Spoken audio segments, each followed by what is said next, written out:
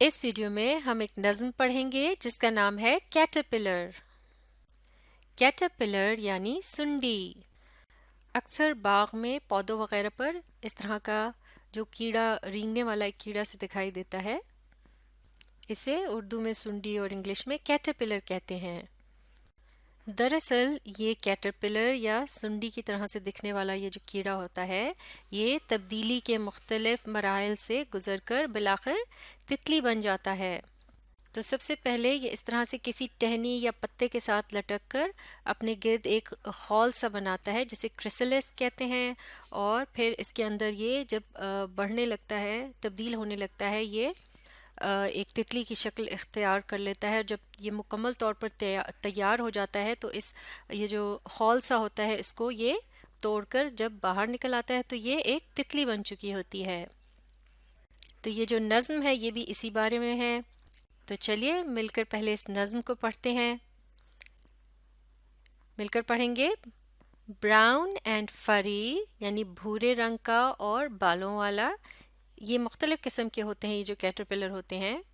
بعض کیٹرپلرز ایسے بھی ہوتے ہیں جن پر بال بھی ہوتے ہیں، تو لہٰذا یہاں کہا گیا ہے براؤن اینڈ فری۔ یہ جو کیٹرپلر ہے جس کا ذکر اس نظم میں ہو رہا ہے وہ بھورے رنگ کا ہے اور وہ بالوں والا ہے، اس لیے اسے براؤن اینڈ فری کہا جا رہا ہے۔ آگے پڑھتے ہیں۔ کیٹرپلر ان اے ہری۔ کیٹرپلر جو ہے وہ بہت جلدی میں ہے۔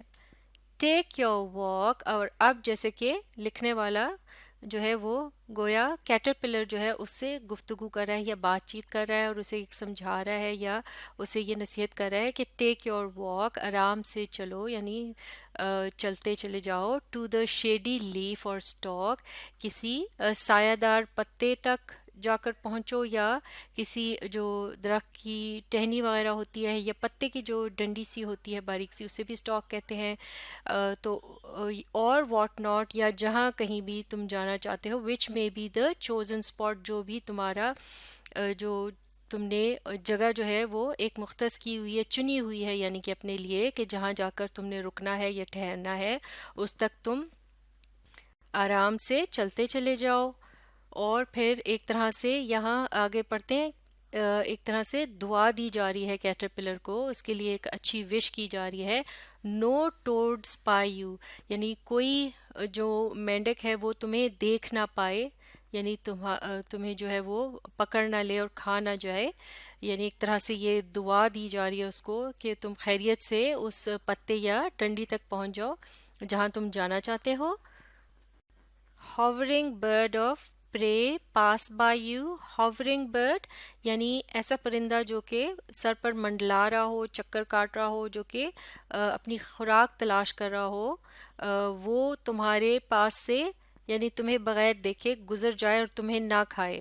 ہاورنگ برڈ آف پرے پاس بائی یو یعنی کہ جو ایک پرندہ خوراک کی تلاش میں پھر رہا ہو، چکر کاٹ رہا ہو، وہ تمہارے پاس سے نکل جائے یا گزر جائے اور تمہیں یعنی نقصان نہ پہنچائے، تمہیں کھا نہ جائے۔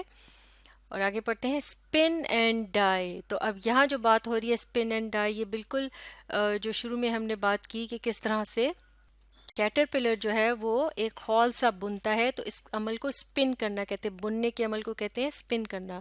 تو اس کے بعد کیا ہوتا ہے کہ وہ کیٹرپلر نہیں رہتا بلکہ وہ تتلی بن جاتا ہے، تو لہٰذا اس کو کہا جا رہا ہے اس سارے عمل کو کہ اسپن اینڈ ڈائی، یعنی کہ تم اپنے گرد ایک خول سا بن لو اور پھر تم مر جاؤ، لیکن ساتھ ہی پھر وہ تبدیل ہو جاتا ہے تتلی میں، تو اس کے بارے میں کہا جا رہا ہے to leave again a butterfly فلائی، اور پھر تم دوبارہ سے زندہ ہو جاؤ ایک تتلی کی شکل میں، یعنی پھر تم زندہ ہو کر تتلی بن جاؤ، یعنی تتلی کی شکل میں تمہیں ایک نئی زندگی مل جائے۔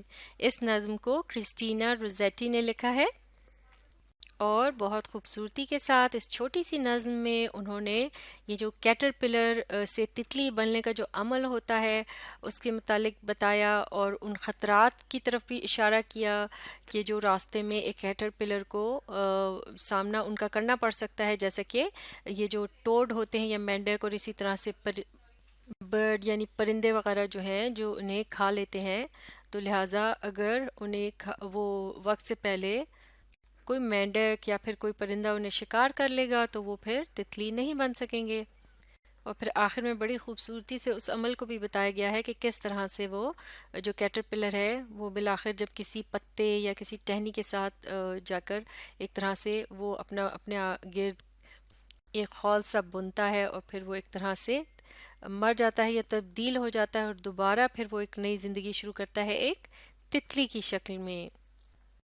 اس کے علاوہ اس نظم کو اگر ایک مرتبہ پھر مل کر پڑھیں تو آپ نوٹ کریں گے کہ اس میں رائمنگ کپلیٹس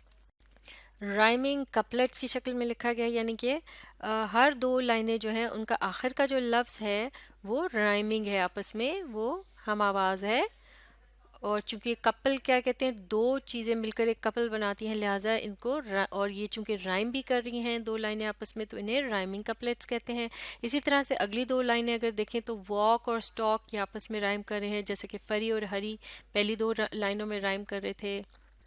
اسی طرح سے ناٹ اور اسپاٹ اور یو، بلکہ اس میں اگر یہ آخر کے دو الفاظ دیکھے جائیں، spy you and by you, اور پھر آخر میں ڈائی اور بٹرفلائی، تو آخر کی آوازیں جو ہیں ہم آوازیں ہر دو لائنوں کے آخر میں، لہٰذا یہ رائمنگ کپلیٹس کے فارم میں یہ نظم لکھی گئی ہے۔ اس سے نظم میں ایک ردم سا پیدا ہوتا ہے، جیسے اسے چلیے مل کر پڑھتے ہیں اور اس ردم کو نوٹ کرتے ہیں۔ Brown and furry, caterpillar in a hurry, take your walk to the shady leaf or stalk, or what not, which may be the chosen spot. No toad spy you, hovering bird of prey pass by you, spin and die to live again a butterfly.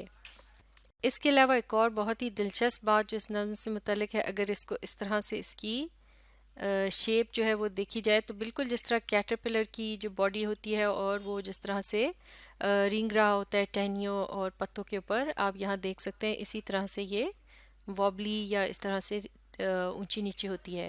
تو ان تمام چیزوں کو استعمال کیا ہے Christina روزیٹی نے بڑی مہارت کے ساتھ اس پیاری سی چھوٹی سی نظم میں۔